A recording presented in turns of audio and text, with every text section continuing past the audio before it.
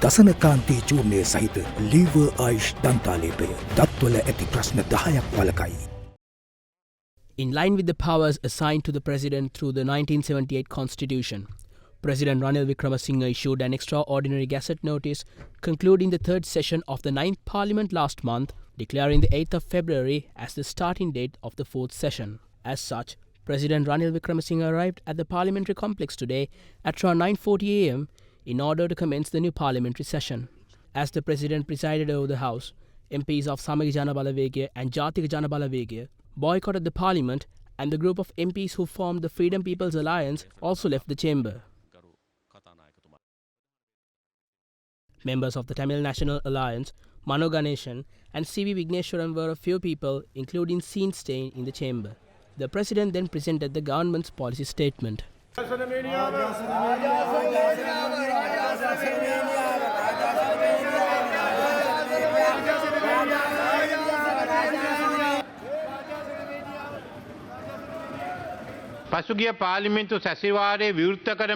believe everyone remembers the situation the country was in when I addressed the opening of the previous session of the Parliament. You may recall the country's situation when the last budget was presented, and also 7 to 8 months ago. However, the situation is different at present. Due to the measures taken, we have been able to successfully reduce the burden gradually. We have been able to safely guide Sri Lanka a long way across a challenging course. Introducing new tax policies is a politically unpopular decision. Remember, I am not here to be popular. I want to rebuild this nation from the crisis situation it has fallen. Yes, I am ready to make unpopular decisions for the sake of the nation.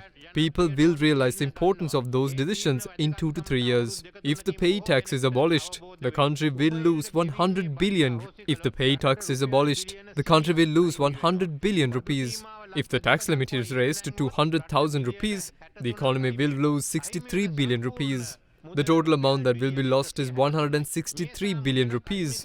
We are presently not in a position to lose this income. If we continue in this manner, we will be able to give an additional allowance to the public servants in the third and fourth quarters of the year and give concessions to the private sector. The interest rate can be reduced. In another 3 years, the present income can be increased by 75%. However, some groups are trying to disrupt this process. Our future journey is based on the relationship we have with the IMF. Apart from this, we will have no other way to move forward.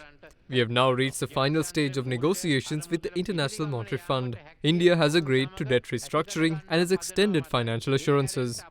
On one hand, the Paris Club and India are continuing discussions. We are in direct discussions with China. We are now working towards unifying the approaches of other countries and that of China.